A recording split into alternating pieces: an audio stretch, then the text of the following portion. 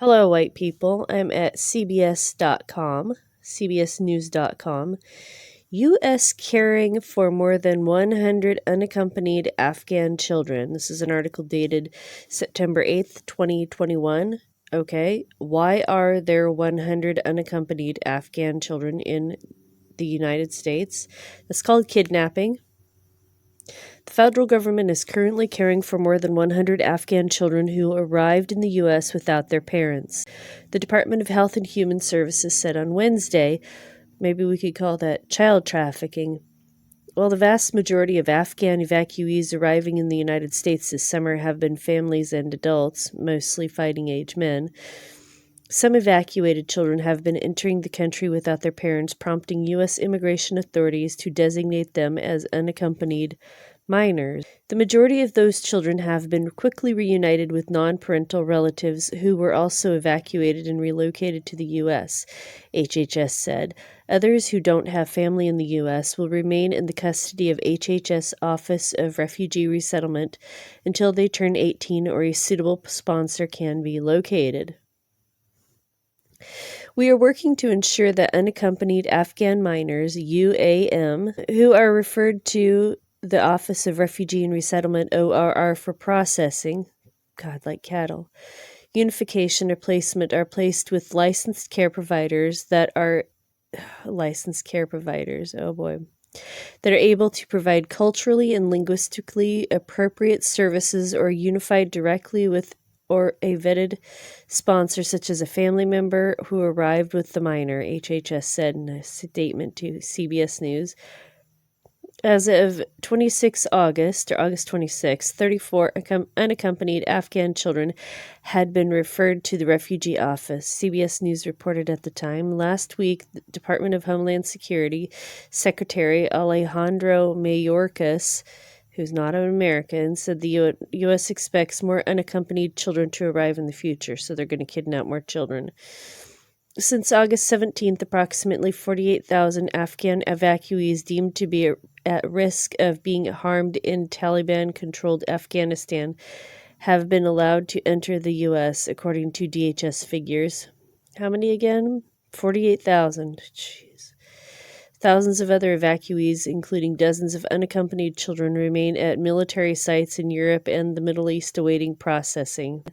After arriving in the U.S., most at-risk Afghans have been transferred to one of 8 military installations that are serving as temporary housing sites while the evacuees undergo medical checks and additional immigration processing. So now we know why they've kidnapped them, to do medical testing on them. On September 4th, the Refugee Agency issued field guidance instructing officials to expeditiously release Afghan children who arrive without a parent to non-parental caregivers who were also evacuated, according to an internal memo obtained by CBS News.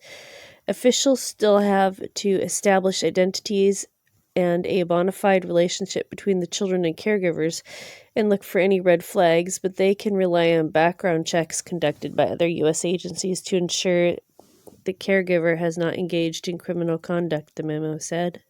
Okay. While many of the Afghan unaccompanied children arriving with family members, the memo recognized that some may come truly alone and not have sponsors in the U.S. Those children could be placed in long-term foster care programs, according to the memo. An HHS official said the department is striving to maintain the connection between Afghan children and the non-parental family members with whom they traveled to the U.S. The department can also call the parents of these children even if they remain in Afghanistan, the official added. Oh, it's so gracious of them.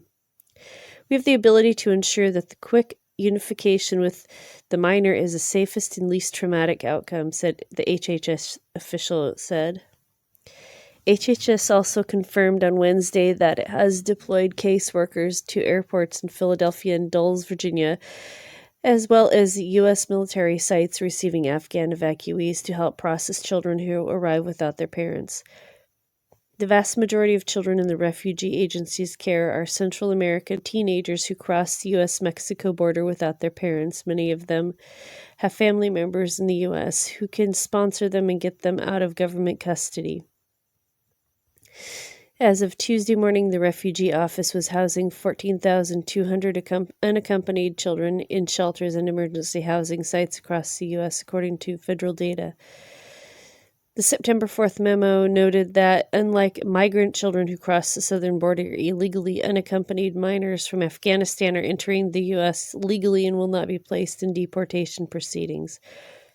However, Afghan children are entering the U.S. under parole, a temporary legal tool that authorizes the entry of immigrants without visas on humanitarian grounds.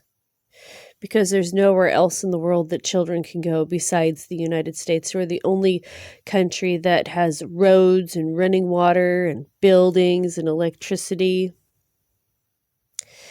Because parole is not a lawful immigration status, the September 4th memo said Afghan children who arrive in the U.S. without their parents or legal guardians will be classified as unaccompanied minors, like those crossing the southern border alone.